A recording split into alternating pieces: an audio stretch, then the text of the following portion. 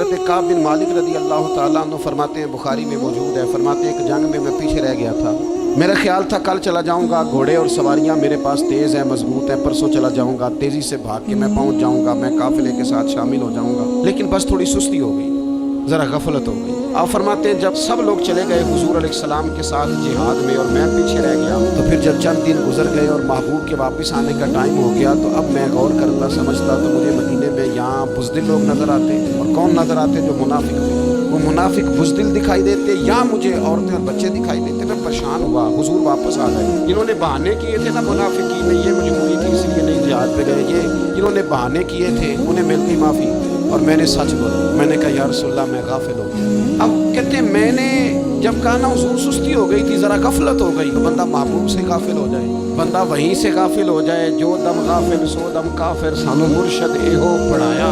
جب کہا نا حضور وہ غلطی ہو گئی، کوئی مجبوری نہیں تھی، تو فرماتے باقیوں کو معافی مل گئی، میرے ساتھ حضور ناراض ہو گئے، ایک دن نہیں، 2 دن نہیں، 50 دن حضور ناراض رہے۔ مدینے کی گلیوں نے مجھے پہچاننا چھوڑ دیا، در و دیوار سے مجھے یوں لگتا تھا کہ میں پردیسی ہوں۔ فرماتے ہیں میں مسجد میں آتا تھا، میں جب محبوب کو دیکھتا تو حضور رخ انور پھیر لیتے، اور مجھے پتا تھا جب میرا چہرہ ادھر ادھر ہوتا تو پھر کریم رحمت کی نظر فرماتے ہیں۔ 50 دن مسلسل، پھر مجھے حکم ہوا کہ بیوی بھی بھیج دو، کے بچے بھی بھیج دو، ننھال یعنی تنہا رہ جاؤ۔ فرماتے ہیں میں نے کہتے تنہائی کاٹی، لیکن شکر اللہ کا یہ ہے کہ میں سچا تھا، بس ذرا بھول گیا تھا، بس ذرا غفلت ہو گئی تھی۔ تو فرماتے ہیں پھر اللہ تبارک و تعالیٰ نے میرے اوپر فضل یہ فرمایا کہ میری توبہ کا اعلان رب نے قرآن مجید میں فرمایا۔ تو غافل نہ بنے کبھی، ہمارا نہ مسئلہ یہ ہے، اور آپ نے ناراض نہیں ہونا، ڈھیر سارے لوگ غافل ہو جاتے ہیں، مالدار بھی غافل ہیں، صاحبان علم بھی اللہ ماشاء اللہ بہت ساری جگہوں پہ غافل ہیں، جن لوگوں کو 4 لوگ جاننے لگ جاتے ہیں، کوئی مقام حاصل ہو جاتا ہے، وہ بھی بہت ساری جگہوں سے غافل ہو جاتے ہیں، اللہ ماشاء اللہ۔ غفلت بڑی تکلیف والا منظر، جو لوگ سمجھتے ہیں نا میں اب گڈ بک میں آ گیا ہوں، اب میں اچھا ہو گیا ہوں، اب میرے لیے خیر کہا جاتا ہے، مجھے اچھائی شاید یہ مستقل میرے ساتھ رہے گی، تعریف ہی ہوگی ہمیشہ، وہ بھی غافل ہو جاتا ہے، اور یہ غفلت ٹھیک نہیں ہوتی۔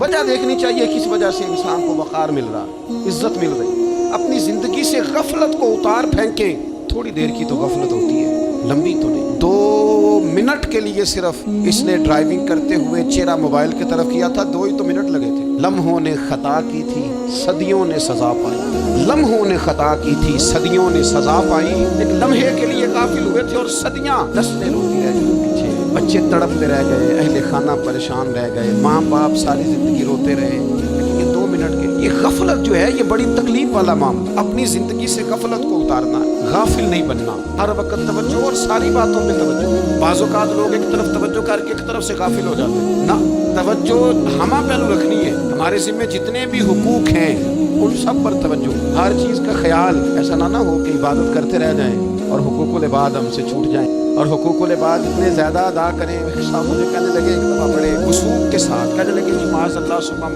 نہیں جی ٹائم ملتا پھر نماز کی کریے، روزی کمانا بھی تو عبادت ہے۔ تو میں نے کہا آپ نے عبادت کرنا ایک حصہ قبول کیا ہے، آپ نے کل عبادت نہیں قبول کی، عبادت کل ہے ہمہ پہلو، ایک حصہ آپ قبول کر کے نکل گئے اور باقی آپ نے چھوڑ دی، تو کسی ایک طرف سے بھی غافل نہیں ہونا، جتنی ذمہ داریاں ہیں، جتنی ڈیوٹیاں ہیں، ان سب کا خیال۔ اور جو بڑا آدمی ہوتا ہے، بڑا گھر میں بڑا ہو، قبیلے میں بڑا ہو، علاقے میں بڑا ہو، ادارے میں بڑا ہو، کلاس میں بڑا ہو، جو بڑا ہے اس کی تو ساری آنکھیں کھلی ہوئی ہونی چاہیے، ایک ایک پر اس کی نظر ہونی چاہیے کہ میری کہاں ضرورت ہے، کہاں مجھے اشک شوئی کرنی ہے، کس کے ساتھ میں نے کس طرح محبت کا رویہ رکھنا ہے، غافل نہ بنے۔ اچھا جی اب کیسے پتہ چلے گا کہ ہم غافل ہیں؟ یہ کیسے پتہ چلے گا؟ آپ کسی بندے سے بھی پوچھ لیں حالات کیا ہیں تو کہتے ہیں اللہ کا شکر ہے کبھی کسی کا دل نہیں دکھایا، اللہ کا شکر ہے جی زمانہ ہو گیا 5 نمازیں پڑھتا، اللہ کا شکر ہے جی، کیسے پتہ چلے گا غافل ہے؟ پہلی علامت ہمارے علماء اور صوفیاء نے غافل بندے کی لکھی ہے، اس آئینے میں میں نے اور آپ نے اپنا آپ دیکھنا ہے۔ غافل بندے کی پہلی علامت یہ ہوتی ہے کہ وہ دنیاوی کاموں میں چست ہوتا ہے اور اللہ اور اس کے رسول کی فرما برداری میں سست ہوتا ہے، یعنی نماز کے وقت اسے نیند ستاتی ہے،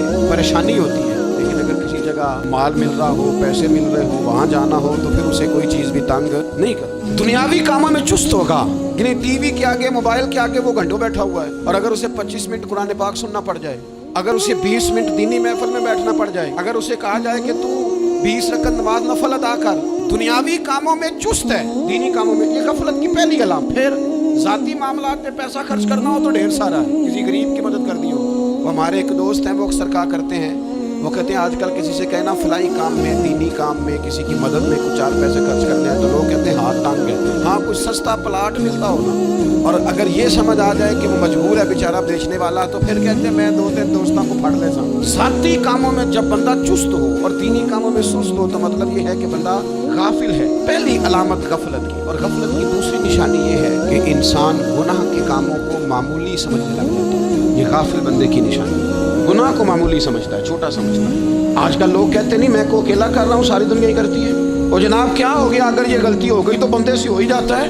گناہ کو معمولی سمجھنا، چھوٹا سمجھنا اور کہنا پھر کیا ہو گیا ہے، انسان سے غلطی ہو جاتی ہے. آپ دیکھ لیں کہ سینکڑوں بیسیوں گناہوں کا بوجھ ہمارے سروں پہ ہوتا ہے، لیکن کوئی ہمارا دبدبہ ہے، کوئی ہماری گفتگو ہے، کوئی ہمارے جملوں میں خود پسندی ہے، کوئی ریاکاری ہے، کوئی تسنن. یہ غافل بندے کی علامت ہے. نبی اکرم صلی اللہ تعالیٰ علیہ وآلہ وسلم نے فرمایا مومن اپنے گناہوں کو پہاڑ کی طرح سمجھتا ہے. یہ بخاری میں حدیث ہے.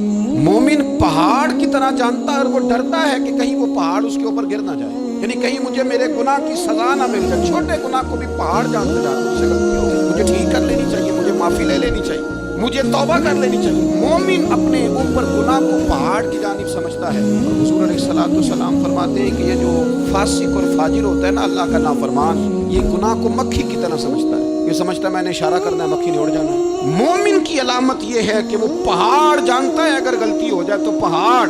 امام اعظم ابو حنیفہ رحمۃ اللہ علیہ گزر رہے تھے، بارش ہو گئی تھی اور کوفہ میں کیچڑ تھا، تو آپ نے جو جوتے پہنے ہوئے تھے ان جوتوں سے چلتے ہوئے نا آپ کے پاؤں سے کچھ مٹی اڑی، تو سامنے کی جو یہودی تھا، اب اس زمانے میں دیواریں کچی ہوتی تھی، اس کے دیوار پر جا کے وہ مٹی جو تھی وہ لگ گئی. اب امام صاحب بڑے پریشان ہوئے کہ میں نے اس کی دیوار کو آلودہ کر دیا. یہاں تو لوگ اپنی اینٹیں رکھتے رکھتے کئیوں کی دیواریں توڑ ہی دیتے ہیں، اور پھر وہ اس پر ماننے کو بھی تیار نہیں ہوتے، تسلیم کرنے کو بھی تیار نہیں ہوتے. وہ کہتے ہیں پھر کیا ہو گیا، اب ہمارا یہاں گھر ہے تو ہم نے ٹرالی منگوانی نہیں تھی، ہمارا حق بنتا تھا. امام صاحب کے پیروں سے ذرا کیچڑ اڑا، یہودی کی دیوار پہ لگا، اس کی کچی دیوار تھی. امام صاحب پریشان ہو گئے، سوچنے لگے کہ اگر میں دیوار سے یہ کیچڑ اتارتا نہیں تو یہ بھی زیادتی ہے، میں نے اس کی دیوار کو گدلا کر دیا، اور اگر میں اتارتا ہوں تو کچھ مٹی اس کی دیوار کی بھی اتر جائے گی، کچی دیوار ہے، یہ بھی زیادتی ہے. مومن گناہ کو پہاڑ کی طرح سمجھتا ہے کہ کہیں گر نہ جائے، اس کی بھی کہیں سزا نہ مل جائے. امام صاحب نے اس کے دروازے پہ دستک دی، وہ باہر آیا تو اتفاق سے وہ آپ کا مقروض بھی تھا، اس نے پیسے دے دیے. باہر نکلتے کہنے لگا اوہ آپ تو قرض لینے آ گئے، میرے پاس تو ابھی گنجائش نہیں ادا کرنے کی. تو امام صاحب کہنے لگے تو قرض چھوڑ، وہ میں نے معاف کیا، میرے سے غلطی ہو گئی ہے. میں آ رہا تھا، لکڑی کے جوتے اس زمانے میں کھڑاؤں لوگوں نے پہنے ہوتے تھے، کہا وہ میرے پیروں سے ذرا کیچڑ اڑا ہے، تیری دیوار پہ لگ گیا ہے. اب میں بڑی دیر سے کھڑا سوچ رہا ہوں کہ اگر میں تیری دیوار صاف نہ کروں تو میں نے یہ میلی کر دی، گدلی کر دی، یہ بھی بات درست نہیں ہے، زیادتی. اور اگر میں اسے صاف کرتا ہوں کچی دیوار سے کچھ مٹی اتر جائے گی تو یہ بھی زیادتی ہے. اب تو بتا میں کیا کروں. تو بے موسمہ پھل تھا نا یہ، بے موسمہ پھل دیکھ کے بندہ حیران ہو جاتا ہے. جو باتیں روٹین میں نہ ہو رہی ہوں وہ ذرا انوکھی لگتی ہے، بندہ حیران ہو گیا. غور سے امام صاحب کا چہرہ دیکھنے لگا، غور سے چہرہ دیکھنے لگا. ابھی تھوڑی دیر سوچنے کے بعد کہنے لگا حضور پہلے میں نے دین اسلام کے بارے میں پڑھا اور سنا تھا، آج میں نے دین دیکھا ہے. پہلے میں نے سنا تھا کہ دین اسلام اس طرح کا ہے، آج میں نے دین. ہم نہ پوری دنیا کے کافروں کو دین سنانا چاہتے ہیں، دکھانا نہیں چاہتے. ہم نیک نظر آنا چاہتے ہیں، نیک بننا نہیں چاہتے. ہم نیک نظر آنا چاہتے ہیں. نتیجہ کیا نکلتا ہے کہ کچھ عرصے کے بعد پتہ چل جاتا ہے بندہ کس لیول کا نیک ہے، کیا معیار ہے اس کی نیکیوں کا. کہنے لگا حضور پہلے میں نے دین سنا تھا، آج دیکھا ہے. آپ وہ مٹی کی دیوار پر جو کیچڑ لگ گیا ہے، دیوار کو بعد میں صاف کیجئے گا، پہلے کلمہ پڑھائیں تاکہ میرے اندر کا کفر صاف ہو جائے، مجھے مسلمان کر. تو غافل آدمی جو ہوتا ہے نا، وہ پھر تیسری بات، جب بندہ بہت زیادہ غافل ہو جاتا ہے پھر اعلانیہ گناہ کرنے لگتا ہے. ایک گناہ پھر اس کا اظہار گناہ. ایک بندہ حدیث پاک میں آتا ہے، ایک بندہ رات کو کوئی غلطی کرتا ہے، اللہ تعالیٰ اس پہ پردہ ڈال دیتا ہے، لیکن وہ سویرے خود لوگوں کو بتاتا پھرتا ہے میں نے یہ کیا، میں نے یہ کیا. جب آپ اظہار گناہ کرتے ہیں نا تو سامنے والا بھی دلیر ہوتا ہے، کہتے ہیں اس نے کیا میں کر لوں گا تو پھر کیا ہوا.